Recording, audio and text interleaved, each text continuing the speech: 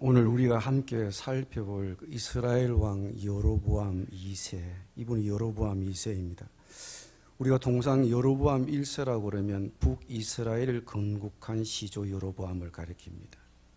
이 여로보암 2세는 이스라엘 왕국의 역사상 최고의 전성기를 이룬 왕입니다. 이분은 41년 동안의 보위에 앉아 있으면서 엄청나게 영토를 확장한 군주였습니다.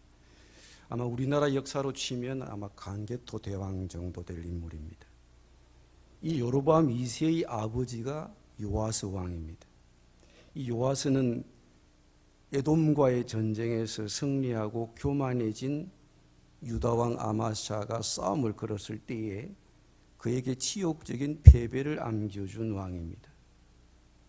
에돔왕의 전쟁에서 이긴 유다왕 아마샤가 자신의 분수를 모르고 덤볐다가 그 자신마저도 이스라엘 군의 포로가 되어버렸습니다. 이 유다왕 아마샤에게 치욕적인 패배를 안겨주었던 이 이스라엘 왕 요아스가 아마샤보다 먼저 세상을 떠납니다. 그리고 그의 아들이었던 여로보암 2세, 즉 오늘 살펴볼 이 인물이 그의 뒤를 이어서 왕위에 오릅니다. 열왕기 사가의 기록을 의하면 이 북이스라엘의 왕국은 여로보암 2세라고 하는 강력한 군주를 맞아서 영토를 대단히 확장했습니다. 오늘 25절에 의하면 이분은 보니까 이스라엘의 하나님 여호와께서 그의 종 가드헤벨 아미떼의 아들 선지자 요나를 통하여 하신 말씀과 같이 여로보암이 이스라엘 영토를 회복하되 하맛 어기에서부터 아라바 바다까지 회복했다. 지도상으로 보면 북쪽에 다메섹이라고 하는 지명이 나오는데 이 다메섹이 아람의 수도, 지금의 시리아의 수도 다마스커스를 가리킵니다. 여로보암 2세가 정복한 이 하맛 어기는 이 다마스커스보다 훨씬 더 북쪽에 있는 땅입니다. 이곳까지 나라의 국경을 올려놓았습니다. 그리고 동남쪽으로는 아라바 바다, 모압에 속한 사해까지 내려옵니다. 이것이 실은 솔로몬 왕국 시대 때의 영토의 확장 경계라고 본다면 잃어버린 영토였던 실지를 대단히 회복한 것입니다. 이런 영토 확장은 여러분 국가 경제적으로 상당한 부를 가져다 줍니다. 영토가 확장되면 넓어진 영토만큼 세금이 거두어지겠죠. 그리고 여러 자원을 활용해서 무역과 장사도 활발해지고요. 국가 경제적으로 상당히 윤택해지는 것입니다. 이처럼 이스라엘을 고대 근동의 강자로 올려놓을 만큼 여로보암 2세는 영웅적인 왕이었습니다. 그런데 이 열왕기서를 기록한 역사가는 그의 갈목할 만한 이런 영토의 확장이 하나님의 예언대로였다 이렇게 말하고 있습니다. 왜냐하면 25절 오늘 함께 읽어본 말씀처럼 이스라엘하는 여호와께서 그의 종 가드헤벨 아미떼의 아들 선지자 요나를 통하여 하신 말씀처럼 되었다 이렇게 하고 있습니다. 즉 여로보암이 정복자가 되어서 예전에 잃어버린 실지를 회복하고 영토를 확장하게 된 것은 그의 리더십 때문이라고 하지 않고 하나님의 예언대로 되었다 이렇게 얘기합니다. 즉 이스라엘에 있어서 이런 불세출의 영웅이 등장하게 된 것은 하나님의 섭리 때문이었다 이렇게 얘기하죠. 즉 여로보암 2세가 그전의 선왕들과는 달리 영민한 군주였고 그의 이런 영민함이나 이 시기에 이스라엘의 왕이 되어 나라의 국토가 크게 확장하게 된 것이 하나님의 뜻에 있었다. 그럼 어떤 하나님의 뜻이 있었을까요? 그 이유를 26절, 27절을 볼 수 있는데 하나님이 이 시기에 이런 정복자를 대왕으로 주신 이유가 어디 있었을까? 첫째 이유는 26절입니다. 이는 여호와께서 이스라엘의 고난이 심하여 매인자도 없고 노인자도 없고 이스라엘을 도울 자도 없었음을 보셨기 때문이다 이렇게 말씀하고 또 27절에 보면 여호와께서 또 이스라엘 이름을 천하에 없이 하겠다고 아니하셨으므로 요아스의 아들 여로보암의 손으로 구원하심이었더라 이렇게 얘기하고 있습니다. 여러분 북쪽 이스라엘은 남쪽 유다와 달리 건국 이래 왕조가 5번 바뀌었습니다. 여로보암 왕조, 바하사 왕조, 시므리 왕조, 오므리 왕조, 예후 왕조. 이 요아스 이 여로보암 2세가 예후 왕조의 4대 왕인 것으로 그렇게 기억이 됩니다. 건국 이래 대략 143년의 세월이 흘렀지만 왕조가 몇 번 바뀌었느냐? 5번 바뀌었습니다. 그리고 역성혁명이 4번 쿠데타가 일어난 것입니다. 그런데 남유다는 쿠데타가 없었습니다. 두 대가 멀다 하고 다른 인물이 나타나서 자기의 주군을 죽이고 역성혁명을 일으킨 것입니다. 여러분, 실은 우리나라만 해도 군사정권에서 문민정권으로 넘어온 지 그렇게 오래되지 않습니다. 근데 나라가 이런 혁명의 위험에 놓이게 되면 나라가 불안정해집니다. 어떤 훌륭한 리더십이 나타나도 그의 포부를 펼 만큼 안정되어 있지 못하면 그의 리더십이 빛을 못 보게 되는 것입니다. 이런 불안정한 상태에 있었던 것이 북이스라엘이었습니다. 오늘 성경의 기록에 의하면 여로보암 임금에 의해서 잃어버린 실질을 회복하고 자유를 회복하고 생활의 안정을 되찾기 전까지는 어떤 정도였느냐? 26절의 말씀대로 이스라엘의 고난이 심해서 매인자도 없고 노인자도 없고 이스라엘을 도울 자도 없었다.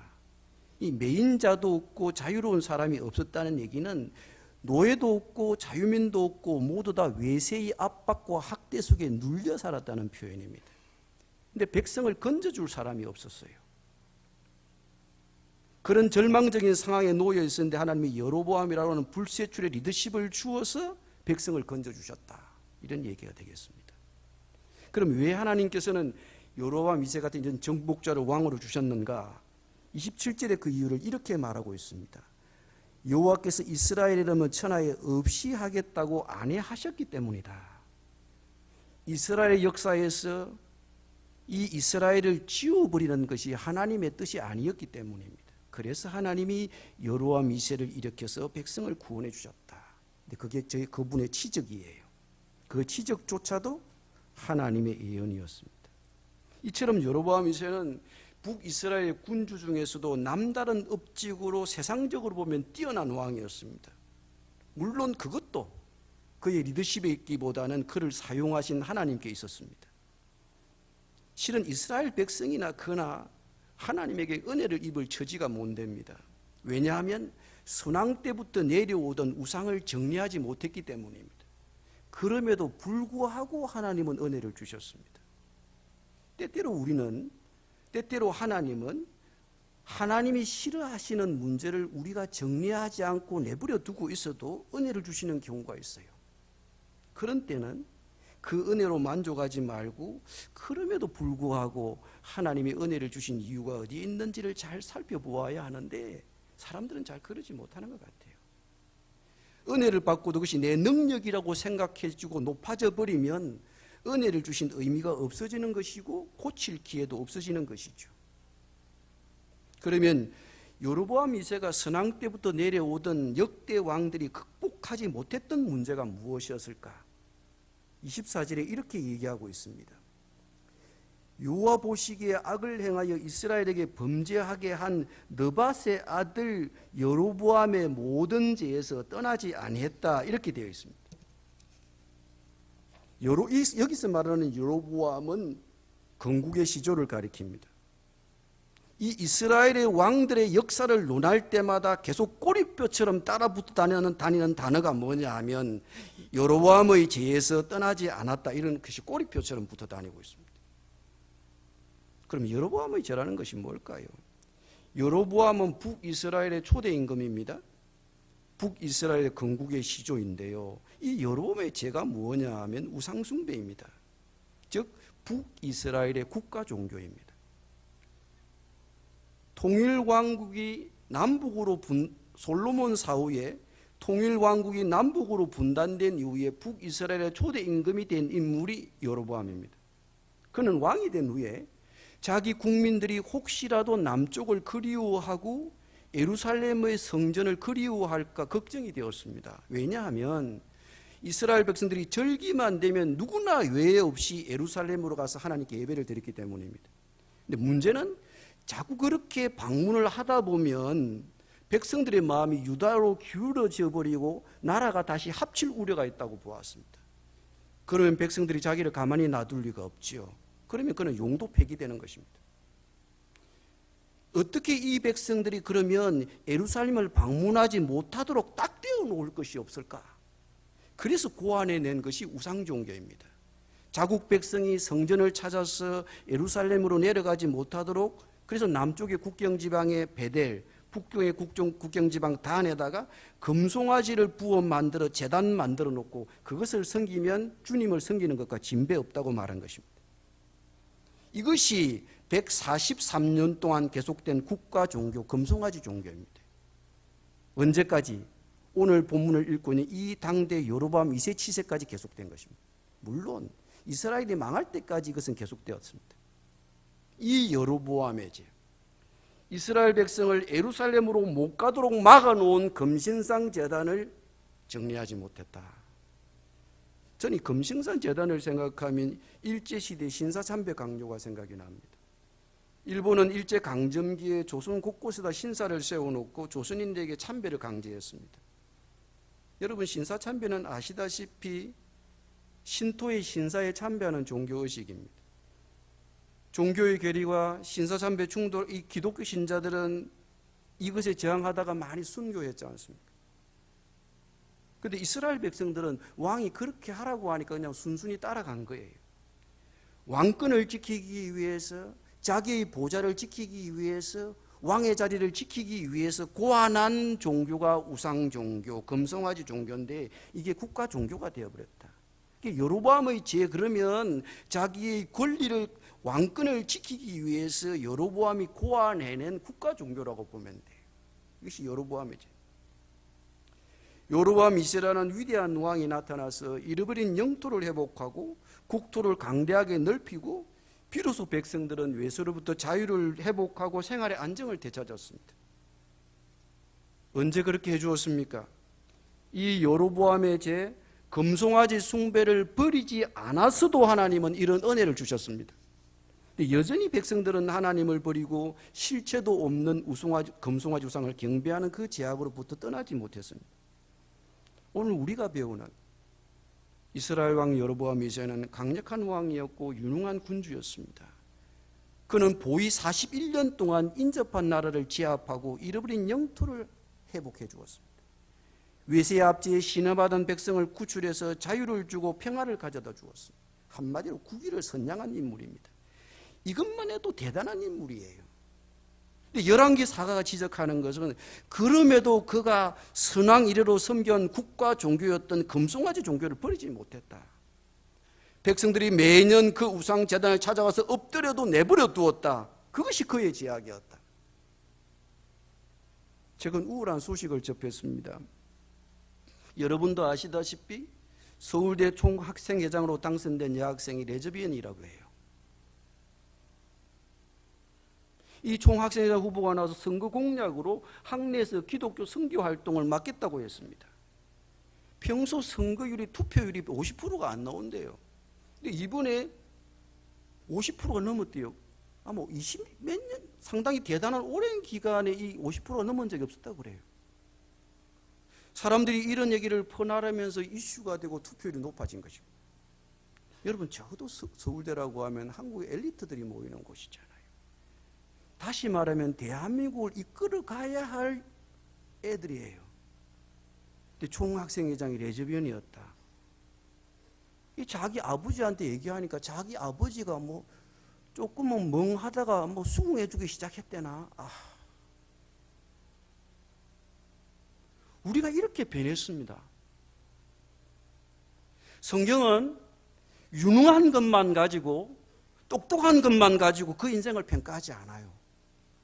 그가 하나님 앞에 바른 인물이었나? 그 지도자가 하나님과 어떤 관계를 가졌나? 이걸 놓치질 않아요. 놓칠 수가 없죠. 그런 점에서 우리는 조국의 앞날이 염려가 되지 않을 수 없는 것입니다. 대한민국의 젊은 엘리트들이 자기를 이끌고 한 리더로 레즈비언을 뽑았다. 이게 남의 나라 얘기가 아니고 우리나라 얘기예요. 그런데다 뭐 경향신 뭐 이런저런 신문에서 또 소개 기사를 적어주니까, 실은 여러분, 여로보암 2세가 사망한 후에 그의 아들 스가랴가 왕위에 올라서 6달밖에 왕노릇을 하지 못합니다. 그리고 정적들의 손에 죽습니다. 그리고 6번째 왕조였던 살룸 왕조가 등장하는데 3번 더 쿠데타가 일어나고요.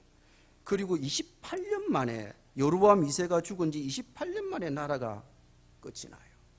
왜 나라가 그렇게 되었는가? 지도자가 결단을 내리지 못하고 그 실체도 없는 우상을 계속 섬기도록 만들어주고 자기 왕권의 권익을 지키기 위해서 내버려 두고 있으니까 나라가 그 꼴이 난 거예요. 여러분, 실은 여로보암의 죄가 하루 이틀의 죄가 아닙니다. 이스라엘 역대 임금들이 왕권을 유지하느냐 못하느냐와 긴밀한 관계가 있었습니다. 권력을 지키느냐 못 지키느냐가 바로 이거라고요. 이스라엘의 왕가의 입장에서는 이걸 버릴 수가 없어요. 백성들이 왔다 갔다 하면 제목이 날아가니까 우찌될지 모르잖아요. 왕권을 지키기 위해서 내버려 둔 것이 여로보암의 죄란 말입니다. 근데 여로보암 2세의 조부되는 요아스 왕도 이스라엘 백성으로 하여금 이 문제를 끊어주지 못했습니다. 한번 좀 살펴보죠. 열왕기하 13장 1절입니다. 열왕기하 13장 1절에서 5절입니다.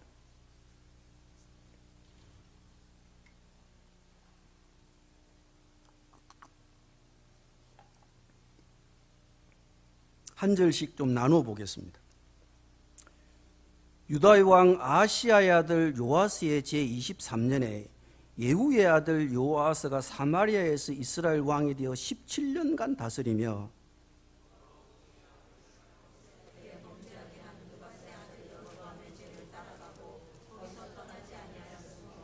여호와께서 이스라엘에게 놓아사 늘 아람 왕 하사엘의 손과 그의 아들 베나닷의 손에 넘기셨더니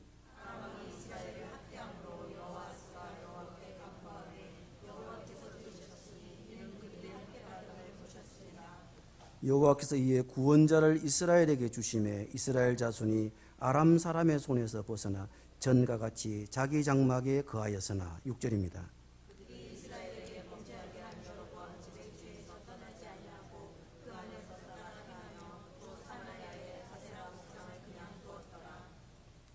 하나님이 여러 번 기회를 주셨어요. 세운 금신상을 그대로 경배하고 두고 있어도 그 고질적인 병통을 끊어주지 못하고 그대로 내버려 두고 있어도 시리아 왕의 손에 붙잡혀서 압제를 당하고 학대를 받으니까 그 고통 속에서 어찌할 바를 모르던 요아스 왕이 이제는 금송아지한테 가서 빌지 않고 하나님에게 가서 빌었습니다. 금송아지한테 가서 빌어봐야 아무 소용이 없다는 걸 알았기 때문에. 그래도 금송아지는 없애지는 못하고 그대로 놓아둔 채 고통은 몸본 채 할 수가 없어서 하나님에게 호소했습니다. 그래도 하나님은 그 간청을 들어주셨습니다. 문제는 그대로 놔두고 하나님께 찾아와서 간청을 해서 하나님이 들어주었어요. 그러면 변화가 있어야 되지 않습니까? 변화가 없었습니다. 6절에 그들이 이스라엘에게 범죄하게 한 여로보암의 집에서 떠나지 아니하고 거기다 덧붙여가지고 사마리아의 아세라 목상을 그대로 두었더라. 이것이 그의 가문의 죄였습니다. 선왕이라도 아무도 손대지 못하고는 가문의 죄, 그것을 어느 누구 역대 왕들도 끊어주지 못하는 거예요. 여러분, 여로보암 2세는 예후 왕조의 4번째 왕입니다. 여로보암 2세의 정조부되는 예후는 왕으로 추대받을 때 하나님이 그에게 주신 사명이 있었습니다. 왜 그를 하나님이 왕으로 세우셨는가? 이스라엘 역사에 있어서 가장 악한 왕은 아합이었습니다. 그는 악할 뿐 아니라 하나님을 배척하고 가나안 이방 종교에 빠져가지고 전 국토를 이방의 신전으로 뒤덮어 버렸습니다. 물론 왕후 이세벨의 영향이 컸습니다.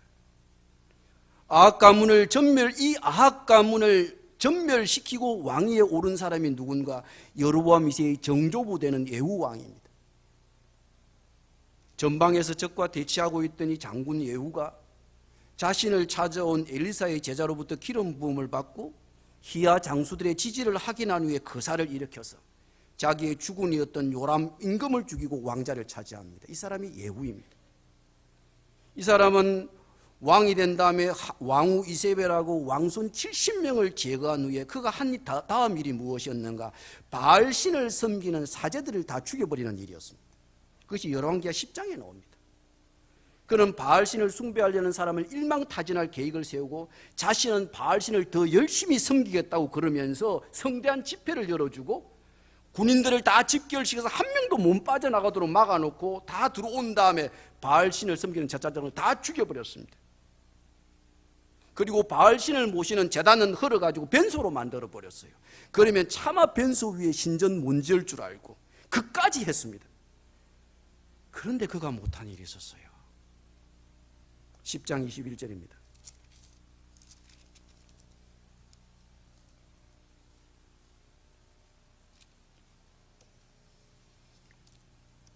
열왕기하 10장 21절 조금 길지만 읽어보겠습니다. 21절에서 29절까지 좀 읽어보겠습니다. 예후가 온 이스라엘에 사람을 두루 보냈더니 바알을 섬기는 모든 사람이 하나도 빠진 자가 없이 다 이르렀고 무리가 바알의 신당에 들어가며 바알의 신당 이쪽부터 저쪽까지 가득하였더라.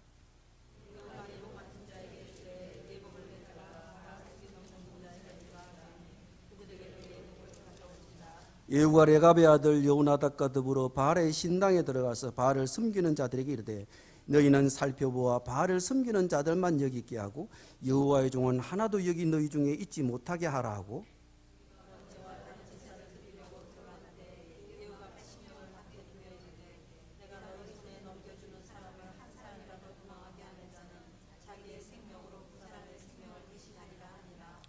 번제 드리기를 다함에 예후가 호위병과 지휘관들에게 이르되 들어가서 한 사람도 나가지 못하게 하고 죽이라 하며 호위병과 지휘관들이 칼로 그들을 죽여 밖에 던지고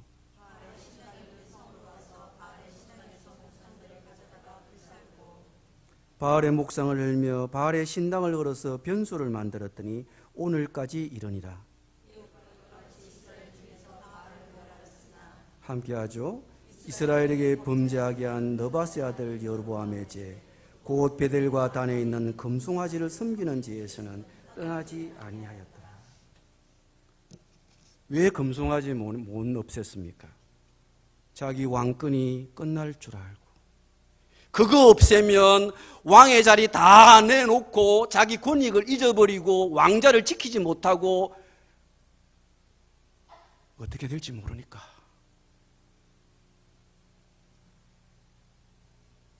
그래서 못한 거예요. 여러분, 이것이 어느 왕도 넘어서지 못했고 이 제약이 꼬리표처럼 붙어 다녔습니다. 왜? 자기 권력 지키기 위해서 그것만은 버릴 수 없었던 것입니다. 권력에 대한 의지가 신앙을 넘어설 수 있는가? 넘어서야 하죠. 그게 정답입니다. 근데 이스라엘 역사 동안 19대 왕들은 아무도 그것을 넘어서지 못했습니다. 자기 왕자를 잃어버릴까 봐 겁이 나서. 내 이익이 신앙을 넘어설 수 있는가? 그것이 오늘 우리에게 던지는 질문입니다. 우리는 어떤 경우에 어떤 것이 없으면 죽는 줄 생각합니다. 그거 없어지면 내 인생이 끝나는 줄 생각을 해요. 그러면서 내 신앙은 양심적으로는 아니라고 생각하면서도 못 버려요. 누구든지 우리 조상들 중에 한 사람만 끊어주면 내 자식들이 살 수 있는데 끊어주는 사람이 없어요. 우리가 그 다음을 철저하게 준비하고 계시는 하나님을 의지하고 결단을 하면 좋겠는데 그걸 못하면 결국은 우리 자식들마저도 힘든 거예요. 우리가 부모에 대해서 끊어줄 수 있는 건 끊어줘야 되는 거예요. 여러분, 혹시 우리 가운데서도 그거 없어지면 죽는 줄 생각하고 신앙이 아니라고 생각하면서도 아직도 몸부리고 있는 거 있으면 결단하십시오. 그게 내가 사는 길이고 내 후손이 사는 길입니다. 기도하겠습니다.